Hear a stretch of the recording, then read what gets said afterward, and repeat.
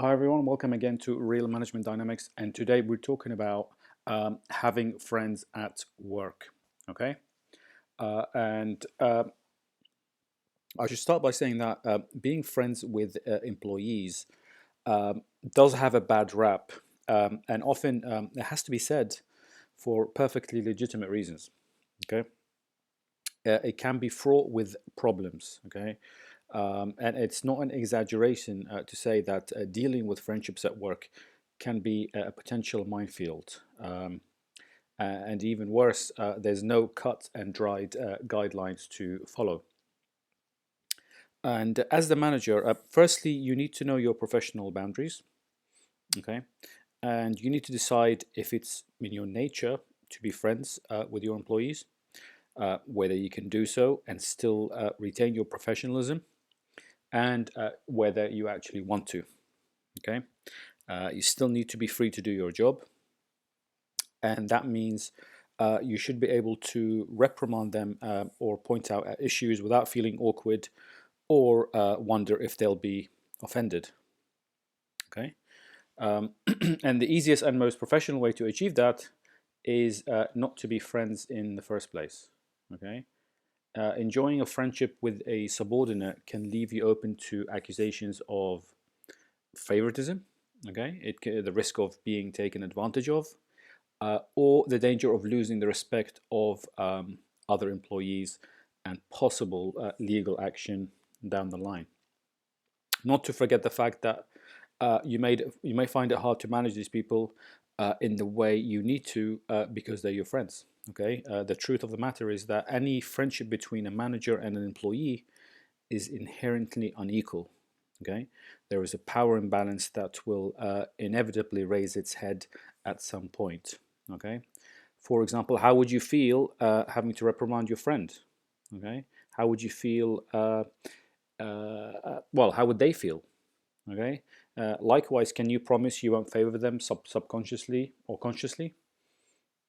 Will your friends take you seriously enough if you're their manager? Okay. By trying to be friends with members of your team, you risk one or all of those scenarios happening to you. Okay. At the end of the day, your relationship with your employees is based on job performance. Okay. And if they don't do their job well, you may have to fire them. Okay. If they're too friendly with certain, if you're too friendly with certain individuals, they might assume that you won't take the step. Okay. And it's an unfair assumption to allow them to make. Okay. After all, a friend may allow excuses, but a manager won't. Okay. Um, and also, if you weren't their friends, maybe they would have raised their game more, okay, and saved their job. So because you're friends with them, they might think that they don't need to kind of, work as hard, which will eventually may end up in them, being fired. Okay. So it's your job to be professional at all times. Okay. You need to gain and maintain your staff's respect. And bear in mind that you will have to hold each and every one of your employees accountable at some point in the future. And is that harder to do if they happen to be a good friend? Probably. Okay. If you work with your friends, for instance, do you really want to boss them around or tell them what to do? Do you shy away from actively managing them because you don't want to feel awkward when you're, together having a glass of beer later? Are you more likely to ignore any shortcomings or problems with these people than any others? Okay, simply because you care for them and their feelings in a non-professional way. In short, because they're your friends, you want them to be happy, um, and you dread being the cause of any friction, and you try to avoid at all costs. And also, do you worry that your friendship will suffer if your job gets in the way? Okay, you should never allow personal feelings about a particular employee to cloud your judgment about what is best for the team. And obviously, you'll find it easier to get on with some employees than others, but irrespective of your private feelings, you want what's best for the company. Okay, and you just cannot get attached for people who work for you. So for all these reasons, it's not a good idea. Okay. You can be friendly, of course, but you don't seek personal one-on-one bonds with specific members of the team that result in obligation. Okay, treat everybody the same, and imagine how it looks to others. Okay, if you have a close friend within the team, your enjoyment of this friendship will most likely make others annoyed. Okay, after all, what's the point in working hard to impress you if your attention is always given to the person who meets you for drinks in the bar? Um, and if you make this mistake, your credibility will be shot. Okay. Um, how others perceive your friendship at work is important, especially because you're in a position of authority. Managers are very closely observed by the people they manage, and if you're thought to be favoring one individual, that's going to naturally lead to resentment, which in turn will have a negative impact on your team's performance. Okay, and remember that you're dealing with a team here, and you're not dealing with an individual. Okay, you're dealing with a team. So you might think you can make an exception for one person, but you're not dealing with one person. You're dealing with a team. Okay, and if you're soft on one individual, then you must be on all. Okay, if one can get away with breaking the rules, then all must be allowed. All right. So now we're going to talk about favoritism. Okay. And you should bend over backwards not to show any favoritism at work. Okay. And obviously, if you start becoming friends with your employees, you may then become favoring them over others. Okay. But you should bend over backwards not to show any favoritism. Okay. We're all human, and it's very likely that you're going to have more affection for some members of your staff than for others. But the key is not to let it show, and not to let it show. Okay. Avoid the perception that you have pet employees. Okay. Or favorites, as it will undermine your ability to manage people. Okay. However, there is another side to this. You don't want to be too distant either. Okay. So everything I've mentioned about not you can't be too friendly. You can't be too distant either. All right. There's a big difference. So some managers, they prefer to lead from a distance, which there is a downside to that, and you need to strike a balance. Okay, the downside is that for those managers who prefer to lead from a distance, they're missing a motivational trick, which is you don't have to be friends with your team, but you'll get much more out of them if you develop a relationship with them. Okay, if you care about them and their welfare. All right, so you should strive for positive interpersonal relationship with your employees. Okay, however, it is a fine balance to get.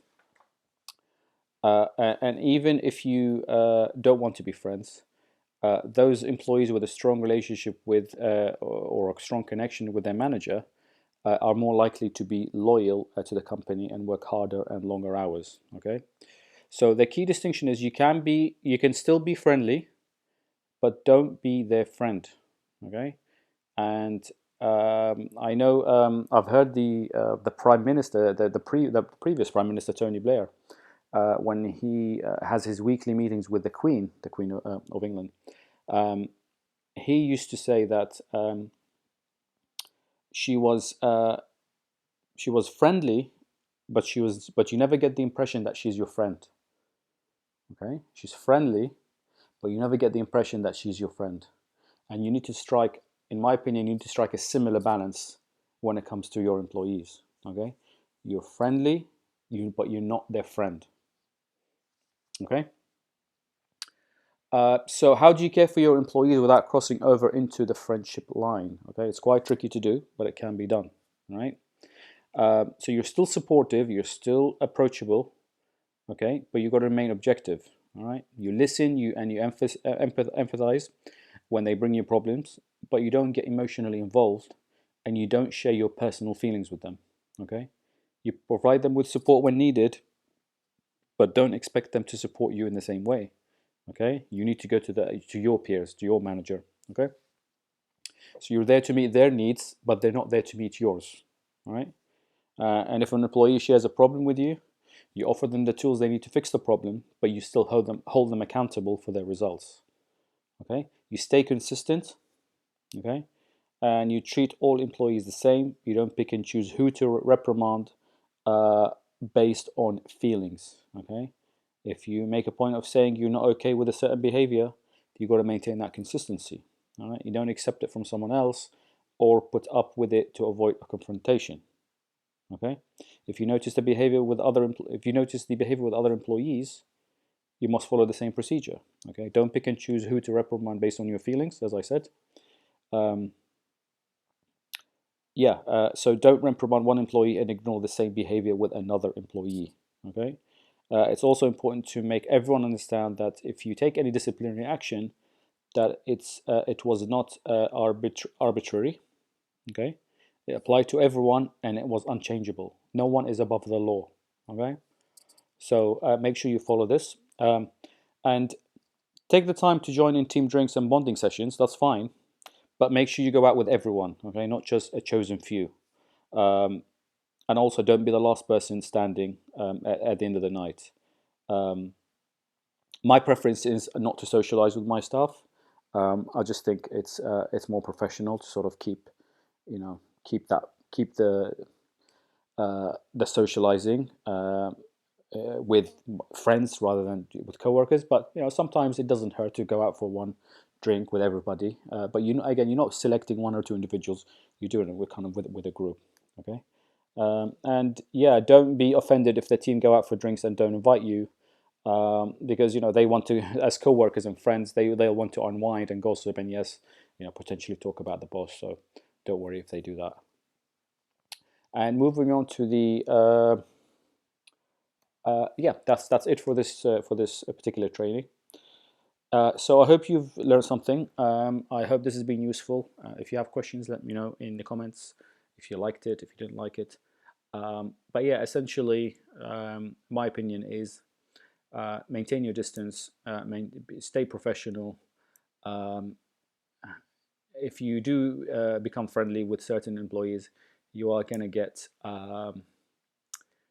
thought of as having favorites, and it's just going to undermine your authority, and it's not an effective way to lead a team, in my opinion. So yeah, I would steer clear. But the choice is yours. It can be done, but it's in my opinion quite difficult to keep the balance.